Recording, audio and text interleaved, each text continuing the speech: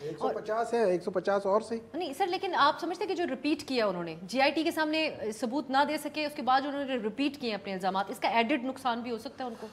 جی, جب آپ کے خلاف کوئی ایف آئی آر رجسٹرڈ ہوتی ہے یا کوئی مقدمہ ہوتا ہے تو جب آپ اس کو پھر ریپیٹ کرتے ہیں تو پھر اس میں وہ اس کا وہ جب کورٹ ٹرائل کرتی ہے تو اس چیز کا وہ بڑا اسٹرکٹ نوٹس لیتے ہیں کہ کیا ایک ایلیگیشن آپ پہ لگا اور پھر اس کے بعد دوبارہ آپ نے وہ ریپیٹ کیا, تو اس میں جو آپ کو فرض کرے کوئی ریلیف کا جو وہ ہے ریشو وہ کم ہو جاتا ہے. اب اس کیس میں نویسا ایک اور بات بھی میں شارٹلی یہ جاننا چاہوں گی کہ اگر کسی کے اوپر حملہ ہوتا ہے اور پی ٹی آئی چیئرمین کے اوپر اٹیک ہوا, سو اس صورت میں وہ انسان کسی کے بارے میں اگر کہتا ہے کہ ان کے اوپر مجھے شک ہے, تو کس حد تک ثبوت ان کو فراہم کرنے ہیں, یا شک کا اظہار تو کیا جا سکتا ہے جس پہ بھی اٹیک ہو؟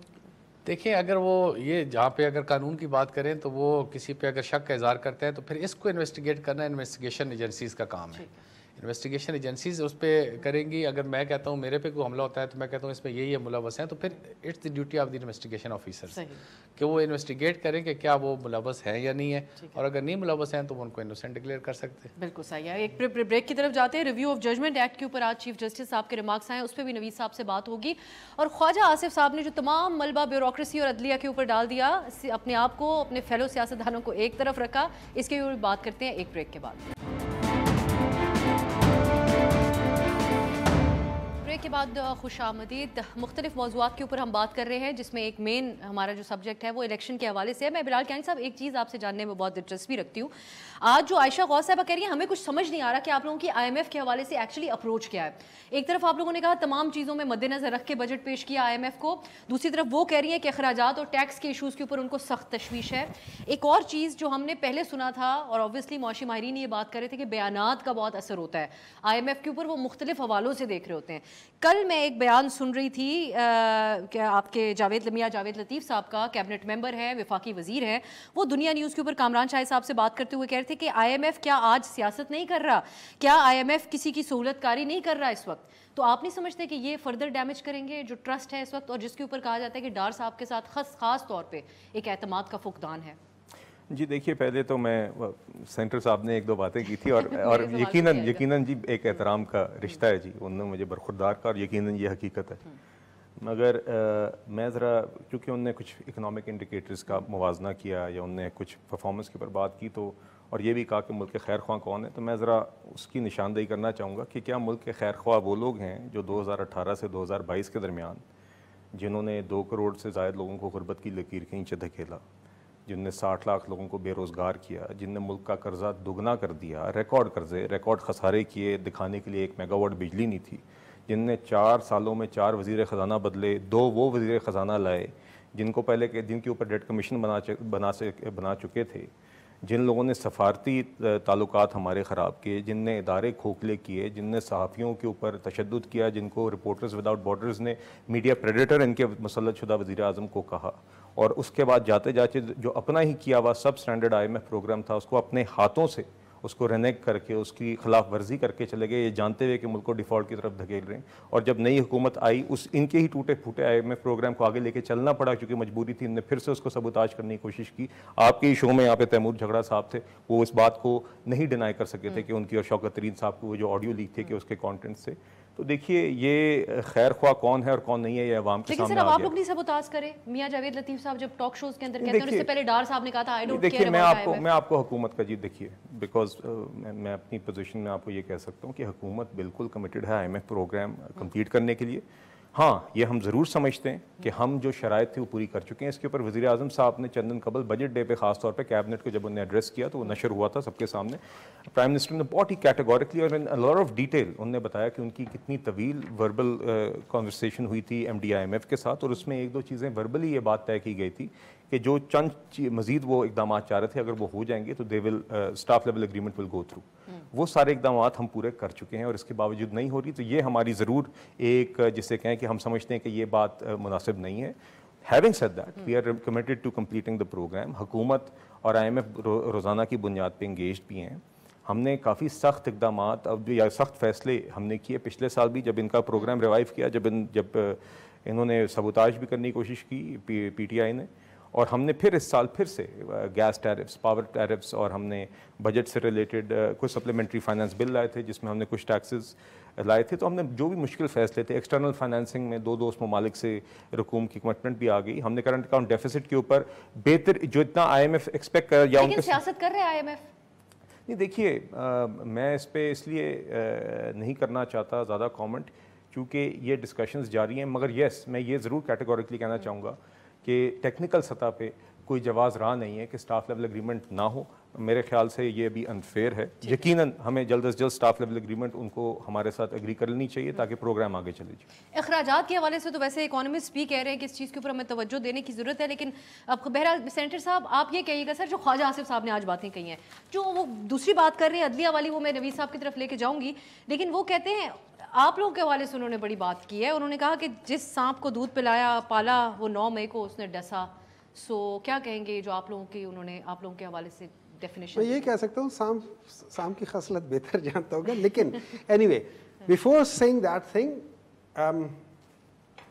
بلال کی ایک بات کو میں نہیں دیکھیں تھوڑا سا میں بتانا پڑے گا. دیکھیں ہوتا یہ ہے کہ 4 سالوں میں آپ نے ہر سال کا ایک پروجیکشنز ہوتی ہیں, تو آپ نے ایک ٹارگیٹ, جیسے انہوں نے کہا ابھی انہوں نے بڑے طریقے سے 3.7% اپنا ٹارگیٹ رکھا ہوا ہے. پی ٹی آئی نے ٹارگیٹ رکھا تھا 4.8%, they achieve 6.1%, that means they overshoot the target. انہوں نے رکھا تھا ایکسپورٹ کا 26.8 بلین, انہوں نے 28.8 بلین کر لیا. انہوں نے رکھا تھا ایگریکلچر کا 3.5% گروتھ, انہوں نے اچیو کر لیا 4.4% گروتھ. انہوں نے رکھا ہوا تھا 6.6% گروتھ, اس میں یہ انڈسٹریل میں 7.2% کر لیا. انہوں نے کر لیا سروس انڈسٹری میں 4.7, انہوں نے کر لیا 6.2, زیادہ کر لیا. اب یہ جب ساری چیزیں جب آپ اپنی توقعات سے زیادہ کر رہے ہوتے ہو تو آپ کے پاس ایک فسکل سپیس کریٹ ہوتی ہے. اچھا, اس فسکل سپیس کے اوپر آپ نے بعض پلاننگ کی ہوتی ہے کہ ہم جا رہے ہیں رشیا کے ساتھ بات کریں, یہ ساری چیزیں چل رہی ہوتی ہیں بیک آف دا مائنڈ میں. اچھا, اس کے بعد وہی آئی ایم ایف جو کہتا ہے, وہ کہتا ہے مارچ میں کہ پاکستان تحریک انصاف کی سسٹینیبل گروتھ ہے. ٹھیک ہے, اس کے بعد جب آپ دیکھتے ہیں تو آپ تھوڑا سا مطلب you have to think out of the box for your people. ٹھیک ہے, اچھا I'm sure he would understand کہ جتنے بھی اکنامک جو انڈیکیٹرز ہوتے ہیں, اس میں جو سب سے بڑا اکنامک انڈیکیٹر ہوتا ہے جو صحیح وہ ہوتا ہے جاب کریشن کا. آپ کتنی جاب کریٹ کر رہے ہیں. میں بتاتا ہوں 2008 سے لے کے 2013 میں 11 لاکھ جابز پر ایئر کے لحاظ سے تھی. 2013 سے لے کے 2018 کے درمیان میں 14 لاکھ جابز پر ایئر کے لحاظ سے تھی. 2018 سے لے کے 2022 تک 18 لاکھ تھی. Almost 35 to 40% more jobs were created. Now these are the اچھا اس میں جب آپ لارج اسکیل انڈسٹریز ہوتی ہے اور if anybody has hold on نا ایک منٹ ہے نا, نہیں ایک منٹ ہے, وہ اس وجہ سے کہ آپ نے 3 مہینوں کے لیے کیا تھا نا, 3 مہینوں کے روکا تھا. اگر وہ غلط تھا تو اب حکومت انہوں نے آ کے کیا کچھ کر وہ بھی کر لیتے نا, وہ بھی واپس کر. نہیں یہ بات نہیں ہوتی. آ چکی تھی امریکی بیانیہ بھی آپ تیار کر چکے تھے آلریڈی. کیبنٹ نے کیا تھا نا, کیبنٹ نے روکا تھا نا, کیبنٹ آ کے دوبارہ کر لیتی نا. چلیں ٹھیک ہے سر, کیبنٹ آ کے کر لیتی نا. دیکھیں بات یہ ہو جاتی ہے, بات یہ ہو جاتی ہے کہ اوروں کو بلیم کرنا. وہ ہے بیسیکلی اسحاق ڈار از نون ایز اسحاق ڈیزاسٹر. ٹھیک ہے, and number 2 basically PDM stands for Pakistan Destruction Movement. Just see from the day they have come in, Pakistan is going towards disaster and destruction. شاہد حقان عباسی صاحب کی ایک بات کو کوٹ کرتے ہوئے جو انہوں نے بڑے احسن طریقے سے یہ بات کہی کہ جو معاشی حالات ہیں آج اس وقت, اس کا کوئی ایک ذمہ دار نہیں ہے. تمام جو پیچھے حکومتی ترجیحات رہیں وہ اس کی ایک بہت بڑی وجہ, اور یہی ہمیں دکھاتا ہے کہ خواجہ آصف صاحب پارلیمان میں کھڑے ہو کے کہہ رہے ہیں کہ سب سے زیادہ ٹیکس جو ہے وہ چوری کرنے والے وہ یہیں پر اس پارلیمان کے اندر بیٹھے ہیں. یہ آج کا ان کا بیان ہے. ایک بریک کی طرف جاتے ہیں, واپس آتے ہیں, نوید یاز صاحب سے بات کرتے ہیں ہم جو آج چیف جسٹس صاحب کے ریمارکس ہیں اس حوالے سے. بریک کے بعد خوش آمدید. نوید حیات صاحب سے اب بات کرتے ہیں ہم ریویو آف ججمنٹ ایکٹ کی. آج چونکہ اس کے خلاف جو درخواستوں کی سماعت ہوئی ہے اسے چیف جسٹس صاحب نے بڑے واضح طور پہ, ایک تو آپ سے پہلے بھی اس پہ بات ہو چکی ہے, وہ اس ایکٹ کو کوئی خاص خاطر میں نہیں لے کے آئے ہیں, لیکن یہاں پر وہ یہ کہہ رہے ہیں کہ نظر ثانی کے جو آئینی تقاضے ہیں مگر اسے اپیل میں نہیں بدلا جا سکتا. اگر نظر ثانی میں اپیل کا حق دینا ہے تو آئینی ترمیم درکار ہوگی. ساتھ ہی وہ واضح کر رہے ہیں کہ نظر ثانی میں صرف نقائص کا جائزہ ہوتا ہے, وہاں تو نئے شواہد بھی نہیں پیش ہو سکتے. وہی بیسک بات پہ آپ سے کئی دفعہ ہو چکی ہے. تو آپ سمجھتے ہیں کہ اس میں آئینی ترمیم کی ضرورت ہے یا وہ ایکنالج کیوں نہیں کیا جا رہا عدلیہ کی طرف سے؟ دیکھیں پارلیمنٹ کو قانون سازی کا اختیار ہے. پارلیمنٹ نے یہ جو 2 قانون سازی کی ہیں, یہ وکلاء کمیونٹی کی جو کافی عرصے سے جو ان کے مطالبات تھے ان کے مطابق یہ کی گئی. ایک تو Supreme court practice and procedure act تھا 2023 کا, اور دوسرا یہ review of judgment and order act 2023 کا تھا. تو جب بھی اس کے حوالے سے جو کوئی ایشو آیا, یہ چیف جسٹس صاحب کی اپنی رائے ہو سکتی ہے, لیکن چونکہ یہ ایک ملک کے حوالے سے بھی بات ہے, آئین کے حوالے سے بھی بات ہے, اور آگے اس نے فیوچر بھی ڈٹرمن کرنا ہے. دیکھیں پہلے آپ کو ریویو کا بڑا لمیٹڈ سکوپ تھا, اب اس میں تھوڑا سا انہوں نے یہ کر دیا کہ اس میں جتنی آپ کو ریمیڈی اپیل میں حاصل ہے وہ ریمیڈی حاصل ہوگی. آپ اپنا کونسل تبدیل نہیں کر سکتے تھے, جو وکیل آپ کا پہلے تھا وہی وکیل آپ کو رکھنا پڑتا تھا. اب آپ کو اس کو یہ حق ہے کہ آپ اپنی مرضی کا وکیل تبدیل کر سکتے ہیں. پھر 60 ڈیز ہیں اس میں جو ہے آپ ریویو دائر کرنے کے لیے, تو اس میں کوئی ایسی بات نہیں تھی. لیکن اگر آپ کوئی اس طرح کا واقعہ ہے کہ یہ آئین سے متصادم ہے یا آئین کے مطابق ہے, یا یہ قانون سازی ہو سکتی ہے یا نہیں ہو سکتی, تو میری ہمبل ویو میں یہ جو ڈیمانڈ تھی گورنمنٹ کی کہ اس حوالے سے ڈیسائیڈ کرنے کے لیے فل کورٹ میٹنگ ہونی چاہیے تھی, تاکہ تمام ججز بیٹھ کے اس چیز کا فیصلہ کرتے کہ کیا یہ ایکٹ کے ذریعے سے آ سکتا ہے یا اس میں آئین میں ترمیم کرنا ضروری ہے. تو میرے ویو میں تو پارلیمنٹ بااختیار ہے اور اس کو قانون سازی کا اختیار ہے, اور انہوں نے یہ ٹھیک قانون سازی اس طریقے سے ٹھیک ہے. کیانی صاحب, جو آج خواجہ آصف صاحب نے بہت ہی جذباتی تقریر کی ہے, تمام ذمہ داری وہ ڈال رہے ہیں عدلیہ کے اوپر, بیوروکریسی کے اوپر, معافی کے مطالبے آج کل آپ لوگ ویسے بھی بہت زیادہ کر رہے ہیں, لیکن یہ سیاستدانوں بھی تو اداروں کے اعلی کار بنے, اپنی اپنی ایک پوزیشن رہی, ایک جس میں ادارے بھی کنٹروورشل ہوئے, اور دوسری طرف سے بھی اوبیسلی دوسری ڈیبیٹ تو ہم کرتے ہی آ رہے ہیں ہمیشہ سے, تو کچھ اس کی بھی آپ لوگ بھی تو کچھ اعتراف جرم کیا کریں. کچھ ہی عرصے پہلے کی بات ہے, جلن باجوہ صاحب کی ایکسٹینشن کے لیے ووٹ دیا تھا آپ لوگوں نے. جی دیکھیے, ہم نے باجوہ صاحب کی ایکسٹینشن تو ہم نے کی نہیں تھی. ایکسٹینشن تو خیر انہی صاحب نے کی تھی جو بعد میں پھر جن نے کہا کہ انہوں نے میری حکومت گرائی, مگر پھر انہی کے کہنے کے اوپر انہوں نے اسمبلیاں ڈیزالو کر دی. تو یہ ایک ان کے یو ٹرنس کی میں بھی ہائی لائٹ میں سے ایک تھا, ٹاپ 10 میں میرے خیال سے آتی ہے خان صاحب کی. دیکھیے بات یہ ہے کہ ہم دیکھ رہے ہیں پچھلے 6-8 ماہ سے یہاں پہ کہ سپریم کورٹ میں خاص طور پہ ایک جو میسیج دیا جا رہا ہے, یہ بالکل ہیلتھی نہیں ہے ہماری ریاست کے لیے. کہ ایک تاثر ہے, اور ہم دیکھ رہے ہیں, اور آپ نے شاید دیکھا ہو کہ 2017 سے آج تک آپ نواز شریف صاحب کے پاناما کے کیس سے لے کے آج تک دیکھ لیں تو کیوں ہے کہ وہی ججز, وہی چند مخصوص ججز ان سارے کیسز کے اندر بار بار بینچز پہ آ رہے ہیں, بار بار, اور یہ تسلسل چلتا جا رہا ہے. ایسے ہے کہ جیسے کسی کو اور کچھ ایسے ججز ہیں جن کے نام میڈیا میں آتے ہی نہیں ہیں, ان کو کبھی وہ ججز نہیں ہیں. تو دیکھیے یہ ایک تاثر ہم نے الیکشنز کیس میں بھی دیکھا ہے, یہ ہم نے اب ایک تاثر جو ہے جو ہماری supreme court practice and procedure bill ہے اس کے کیس میں بھی دیکھا ہے. مستقل ایک مخصوص بینچ ہے. پھر ہم نے مظاہر نقوی صاحب کا کیس دیکھا ہے, اس شخص کے اوپر اتنی سنگین الزامات ہیں, اس شخص کو بار بار چیف جسٹس ساتھ بٹھاتے ہیں, جو سینئر پوئنی جج ہیں, جو دیگر اور سینئر ججز ہیں, ان کو سائڈ پہ رکھا جاتا ہے. اب جس طرح فرما رہے تھے سر کہ جو آپ کا اگر آپ سمجھتے ہیں کہ کسی چیز کے اوپر وہ ایکٹ کے تھرو نہیں ہو سکتی اور وہ سپریم کورٹ کے رولز میں امینڈمنٹ ہے, تو اس کے لیے فل کورٹ میٹنگ بلانے کو بھی تیار نہیں ہے. تو دیکھیے اس کے ساتھ ایک جو اوور آل ایک تاثر ہے, اور یہ ایک جو کمپلسٹی جسے آپ کہیں, یا وہ ایک سہولت کاری کا جو عمل ہے, وہ بار بار نظر آیا. اور ان دا پاسٹ بھی بدقسمتی سے یقیناً جب بھی ہم نے اس ملک میں ڈکٹیٹرشپ دیکھی ہے تو بدقسمتی سے there have been judges, there have been honorable judges in بہت ہی کوئی Pakistan. کامنٹ سینٹر صاحب کا ویسے وقت ختم ہو چکا ہے سر میرے پاس, لیکن یہاں پر وہ کہہ رہے ہیں کہ یہ دو تین پرائم منسٹرز جو ہے وہ ان کو الفاظ خواجہ صاحب کے ہیں کہ وہ وزیر اعظم کھا گئے, پھانسی لگا دی, لیکن کسی نے معافی نہیں مانگی ہے. تو کوئی اعتراف عدلیہ کو بھی اب کر لینا چاہیے. آپ نے ہمارے پروگرام میں فل کورٹ والی بات کو انڈورس کیا تھا, جو بھی نوید صاحب بھی بات کہہ رہے تھے. تو دوسرے جو ادارہ ہے انہوں نے تو کہا ہم غیر سیاسی ہو گئے, اس طرح کی بھی بات ہے جو آپ لوگوں نے کیا ان کے ساتھ. لیکن یہ اس ادارے کو بھی کچھ اعتراف کرنا چاہیے تاکہ کورس کریکشن ہو, آگے بڑھیں. دیکھیں اگر آپ مجھ سے پوچھیں پاکستان کا جو سب سے بڑا مسئلہ ہے وہ ہے جوڈیشری. وہ پاکستان, کیونکہ اگر جسٹس ٹائم سے ملے نا, دیکھیں جسٹس اس طرح نہ ہو کہ جب آپ کو رات کو 12 بجے آپ کی گورنمنٹ یہی بینچ ہٹا رہا ہو تو اس وقت تو آپ آ کے کہیں کہ جی آج سب کچھ ٹھیک ہو گیا اور یہ ٹھیک ہو گیا, لیکن اسی بینچ پہ بعد میں اعتراضات شروع ہو جائیں. سو بیسیکلی بات یہ ہے. لیکن دا فیکٹ ہے کہ پاکستان کی جوڈیشری جو ہے نا, right from the beginning it has never performed. ان کا اصل کام یہ نہیں ہے, جو باقی چیزیں وہ تو ٹھیک کریں نا. ٹھیک ہو گیا سر, بہت شکریہ سینٹر ہمایوں محمد صاحب, بلال اظہر کیانی صاحب, نوید حیات صاحب, آپ لوگوں کے قیمتی وقت کے لیے. ناظرین آئندہ آنے والے دنوں میں نون لیگ کے اندر انٹرا پارٹی الیکشن ہونے جا رہے ہیں، اس کے اوپر نظر رکھیں گے، دیکھتے ہیں کہ خاندان کے باہر بھی کسی کو کوئی اہم پوزیشنز ملتی ہیں جماعت کے اندر یا نہیں۔ آج کے لیے اجازت دیجیے، خدا حافظ۔